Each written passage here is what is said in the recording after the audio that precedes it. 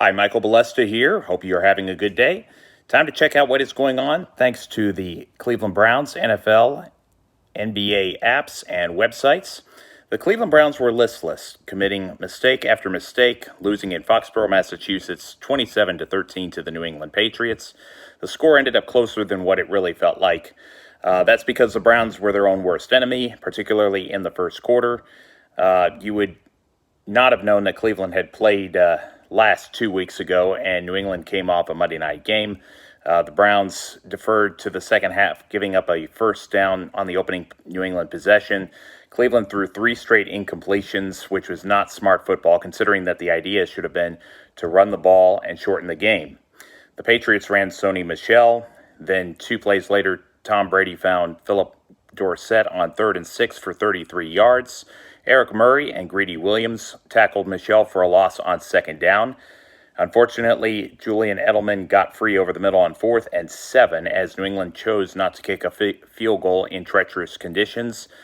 Denzel Ward nearly gave Cleveland a big break by dropping an interception, which would have been a touchback to keep the game scoreless on a rainy day in Foxborough. And instead, Mike Nugent connected on a 20-yard field goal to make it 3-0 more than halfway through the first quarter. The game began to really unravel for the visiting side. Nick Chubb ran into a teammate's leg, lost the ball on the second play of the game's 4th possession. Dante Hightower ran the ball back 26 yards for a defensive touchdown. It looked like the Browns were ready to snap out of their funk. Jake Bailey kicked the ball out of bounds, giving Cleveland the ball at their own 40 on the ensuing kickoff. And Chubb found a lot of open space, but because he held the ball with one hand, Jonathan Jones punched the ball out at the New England 16, and Devin McCourty ended up getting tackled at the Patriots 4 after it was a really nice game for Nick Chubb.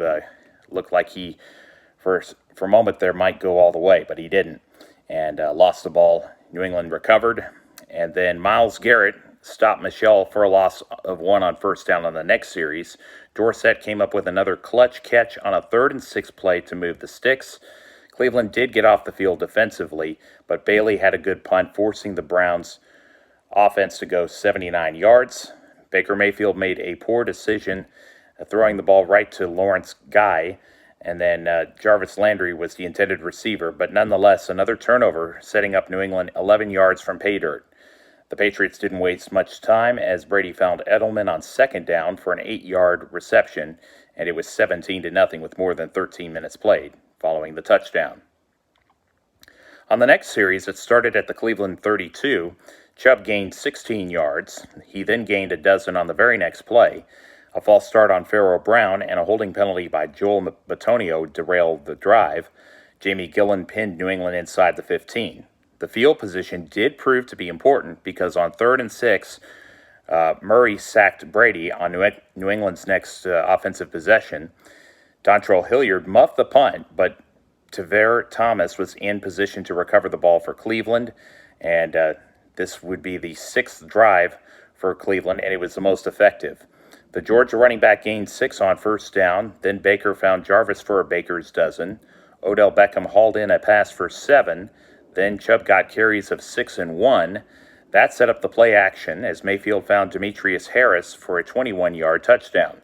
Austin Seibert's extra point made it 17-7. James White caught a pass on New England's next play from scrimmage. Michel's next carry gave his team a fresh set of downs.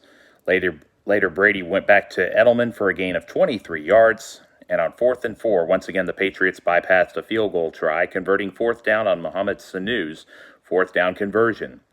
Despite 3 5-yard defensive infractions, the Browns forced New England into a field goal attempt. Denzel Ward atoned for his drop by blocking Nugent's attempt to stay within 10 late in the second quarter.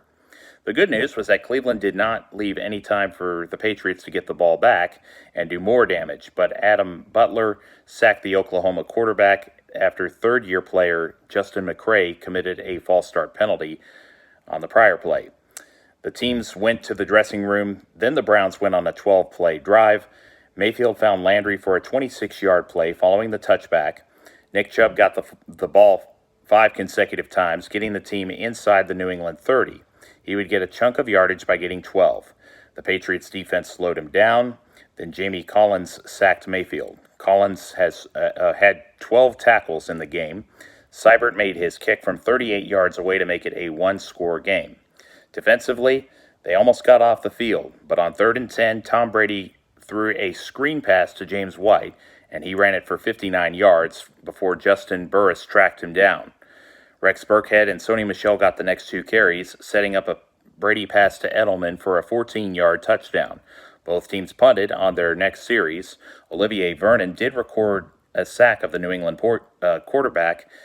Then Cleveland got the ball back with just over 2 minutes remaining in the third quarter. Harris and Beckham committed false start penalties, but what ended the drive was an offensive pass interference by Antonio Callaway. The Browns tried challenging it, but lost their second time out of the second half. Replay did show that the former University of Florida receiver made a pick play. The Patriots took over following a punt with 13:10 left in regulation and used the clock. Brady went to Sanu and Benjamin Watson for 19 and 26 respectively. Eventually, they settled for another field goal to make the margin 17.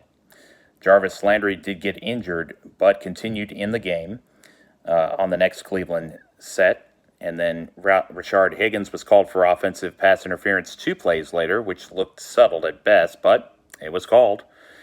Chase Winovich and Butler sacked Baker Mayfield on 4th down, deep in Cleveland territory. So New England got the ball back in great field position. Though they did not score, they ran more time off the clock before Mike Nugent's kick was wide left from 34 yards out. So with just over 4 minutes remaining, Mayfield went to Landry for 12, then 31 for Beckham. Mayfield scrambled for a big run, and they were going to go for 4th and 1, but decided to make it a 27-13 game as Seibert hit from 47 yards after there was a flag which moved it back. So Cleveland went ahead, tried to make it a 2-score game, but Cleveland could not recover the onside kick, and New England punted one more time, and the Browns ran out of time on the final possession of the game. So Cleveland is 2-5, and up next is a visit to Denver, and they'll take on the Broncos at 3:25 Central Time. Red Rock Bar and Grill is on the southeast corner of Midway and Frankford Road, so that is where the North Texas Browns backers meet. Come early and find a seat. In the AFC North, looking at the rest of it, 5-2, Baltimore gets to host the Patriots team Cleveland just saw, and that will be a primetime game on this upcoming Sunday night. And then Pittsburgh is 3-4. They are second in the AFC North, and the Steelers made sure that Miami remained winless. And the Steelers welcome in an Indianapolis Colts side that has won 3 in a row. Cincinnati is still looking for their first victory. They will have to do it following their bye week. The next game is their 9th one of the year, and it will be a home confrontation against the Ravens. On the basketball court, the Cleveland Cavaliers opened up their 2019-20 account in Orlando. Like a lot of games last year, they played good first quarters, but fell too far behind to catch up, and it ended up being the case on Friday night. Similarly, the rebounds were positive, but they had 16 turnovers. Rookie Darius Garland knocked down a pair of 3-pointers, finishing with 8 to open his account. Tristan Thompson and Colin Sexton each scored 16. Tristan had 11 boards, while Kevin Love had 18 to go along with his 11 points. Both played heavy minutes. Larry Nance Jr. recorded 14 rebounds, but the Orlando Magic were 94-85 winners. Journeyman Al-Farouq Aminu had 7 boards in his debut for the home team.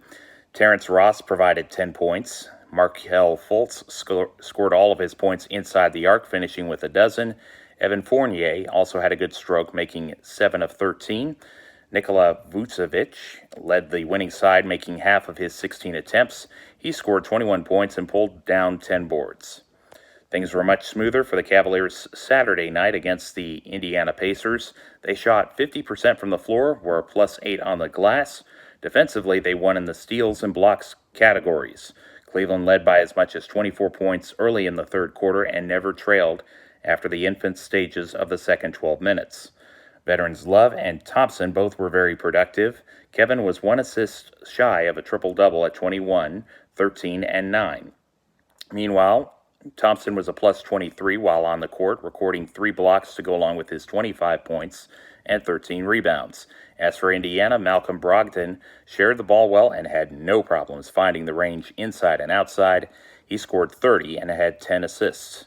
They got balanced scoring from T.J. Warren, Domantas Sabonis, Miles Turner, Edmund Sumner, and Justin Holiday, but the night belonged to the Cleveland Cavaliers 110-99, as it was a special night, as the team is celebrating 50 years of existence, and to reflect also on the memory of the late Fred McLeod, who is the television voice for the team. He had a positive spirit about him, and he will be missed. The Cavs played in Milwaukee and led 31-30 after 12 minutes against last year's Eastern Conference finalists, but the Bucks showed their quality, winning 129-112. Cleveland could not knock down the three ball. Milwaukee shared the ball more often. Both teams did a good job of valuing the pumpkin. In a high-scoring game, many Cavaliers reached the teens, including Jordan Clarkson, Darius Garland, Kevin Love, Larry Nance Jr., Love and Thompson had no problems racking up the rebounds. As for Milwaukee, Chris Middleton scored 21 points in 28 minutes, so he led the way. Giannis Antetokounmpo, Wesley Matthews, and Eric Bledsoe finished with 14. Pat Connaughton, George Hill, and Brooke Lopez were the rest of the 7 that reached double-figure scoring for the Bucks. Coming up next, the Cavs return home, hoping to even their record at 2 up and 2 down versus the 1-3 Chicago Bulls, and that will be on Wednesday. 2 nights later, they will get a chance to try to beat the Indiana Pacers for a second time in less than a week, this time over at Bankers Life Fieldhouse in Indianapolis. That game is Friday, and like the Chicago contest, starts after 6 p.m. Central Time. The Dallas Mavericks will be in Cleveland Sunday at 6:30. It will be the front end of a 2-game homestand for the Cavaliers. Please check out the Facebook group North Texas Browns Backers page and hit the like button for the latest updates there. The text of this blog is available at http://www.mjbolesta2, as in the number 2, at, .wordpress.com. So http://www.mjbolesta2.wordpress.com. I'm on Twitter at mjbolesta2, on Facebook at Michael Bolesta, and on Instagram at mjbolesta2. Archive videos on YouTube can be found by searching Michael Bolesta Roman numeral 2. If you could, I would love your feedback on the comments section, and if you like what you see, please hit the like and subscribe buttons. Thank you so much. May you have a great day, and thank you for watching. God bless you.